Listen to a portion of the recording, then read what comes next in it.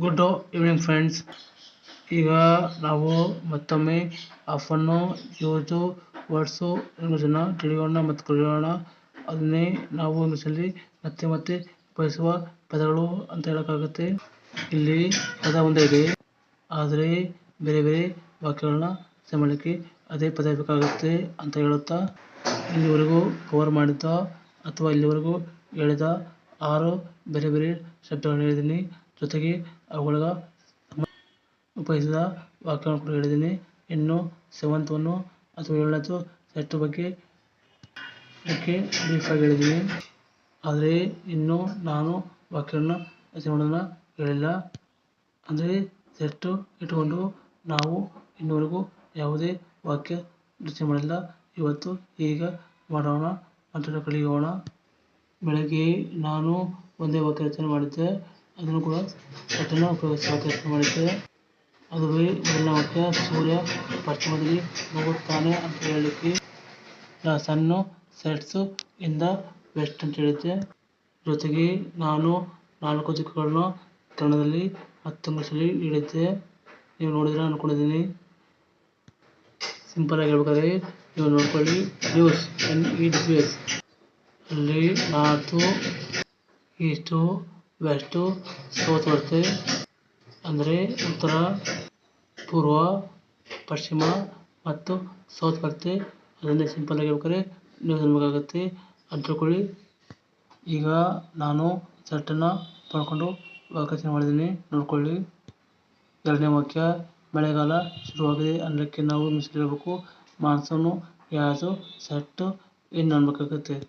ಅಂದರೆ ಅದಕ್ಕೆ ನಾವು ಹೇಳೋ ಕನ್ನಡದಲ್ಲಿ ಮಳೆಗಾಲ ಶುರುವಾಗಿದೆ ಹೇಳೋಕ್ಕಾಗುತ್ತೆ. 3ನೇ ವಾಕ್ಯ, ಮಳೆ ಶುರುವಾಗಿದೆ.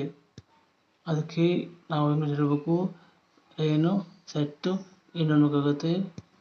ಮಳೆಗಾಲ ಅಂದಾಗ ಮಾನ್ಸೂನ್ ಅನ್ಬೇಕು. ಆದರೆ ಮಳೆ ಅಂದರೆ ರೈನ್ ಅನ್ಬೇಕು. ರೈನ್ ಅಂದರೆ ಮಳೆ, ಮಾನ್ಸೂನ್ ಅಂದರೆ ಮಳೆಗಾಲ ಅಂತ ಆಗುತ್ತೆ. 4th sentence, after using set is here. ಅಮ್ಮ ರಾತ್ರಿಯ ಊಟ ಸಿದ್ಧ ಮಾಡಿದ್ದಾಳೆ ಅನ್ನೋಕ್ಕೆ ನಾವು ಹೇಳಬೇಕು ಮೊದಲು set the table for food supper ಅಂತ ಹೇಳ್ತೀನಿ. ಮೊದಲು set the table for supper ಅನ್ನೋಕ್ಕಾಗುತ್ತೆ. ಸಪ್ಪರ್ ಅಂದರೆ ರಾತ್ರಿ ಊಟ. ಇಲ್ಲಿ ರಾತ್ರಿ ಊಟಕ್ಕೆ ಸಪ್ಪರ್ ಅನ್ಬೋದು ಅಥವಾ ಡಿನ್ನರ್ ಅನ್ಬೋದು. ನಾನು ನಿಮಗೆ ಗೊತ್ತಾಗಲಿ ಅಂತ ಹೊಸ ವರ್ಡ್ ಹೇಳಿದ್ದೀನಿ, ಸಪ್ಪರ್. ಸಪ್ಪರ್ ಅಂದರೆ ಆಗಲೇ ಹೇಳಿದ್ದೀನಿ, ನೋಡ್ಕೊಳ್ಳಿ. ಅಂದರೆ ಮೋಸ್ಟ್ಲಿ ನಿನ್ನೆ ಹೇಳಿದ್ದೆ ಅಂದ್ಕೊಂಡಿದ್ದೀನಿ, ನೋಡ್ಕೊಳ್ಳಿ. 5ನೇ ವಾಕ್ಯ, ಆಫ್ಟರ್ ಯೂಸಿಂಗ್ ಸೆಟ್ ಈಸು ಗಡಿಯಾರವನ್ನು 5 ಗಂಟೆಗೆ ಸರಿಯಾಗಿ ಇಟ್ಟಿತು. ಮತ್ತೊಮ್ಮೆ ನೋಡ್ಕೊಳ್ಳಿ. ಗಡಿಯಾರವನ್ನು 5 ಗಂಟೆಗೆ ಸರಿಯಾಗಿ ಇಟ್ಟಿತು ಅನ್ನೋಕ್ಕೆ ನಾವು ಇಂಗ್ಲೀಷ್ ಹೇಳಬೇಕು ದ ಕ್ಲಾಕ್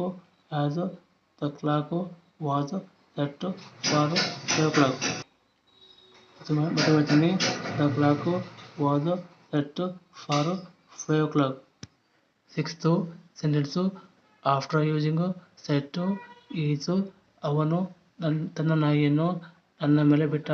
ಅವನು ತನ್ನ ನಾಯಿಯನ್ನು ನನ್ನ ಮೇಲೆ ಬಿಟ್ಟ ಅನ್ನಲಿಕ್ಕೆ ಇಂಗ್ಲೀಷ್ ಹೇಳಬೇಕು he set his dog on me ಅನ್ಬೇಕಾಗುತ್ತೆ.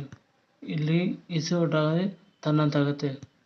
ತನ್ನ ನಾಯಿಯನ್ನು ಅನ್ನೋಕ್ಕೆ ಇಂಗ್ಲೀಷಲ್ಲಿ ಈಸ್ ಡಾಗ್ ಆಗುತ್ತೆ.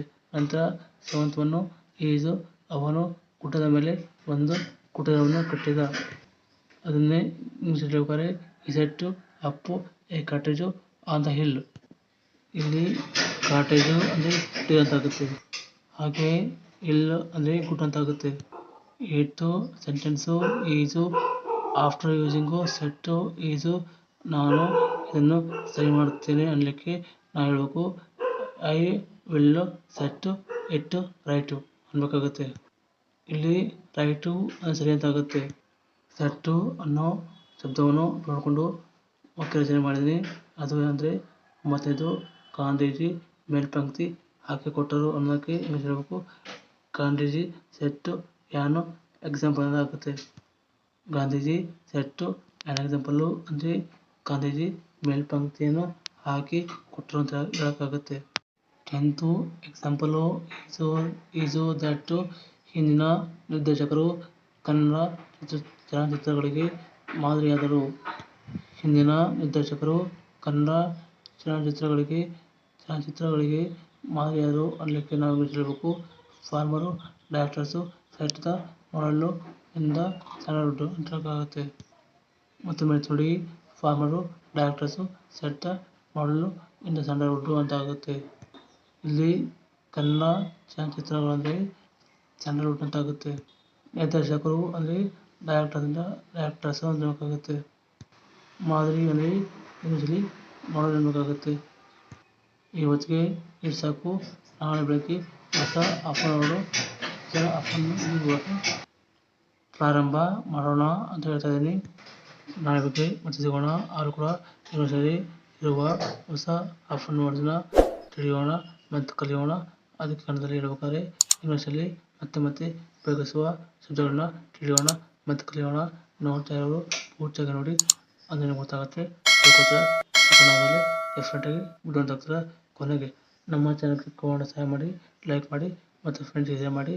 ಮೈ last word is thank you very much.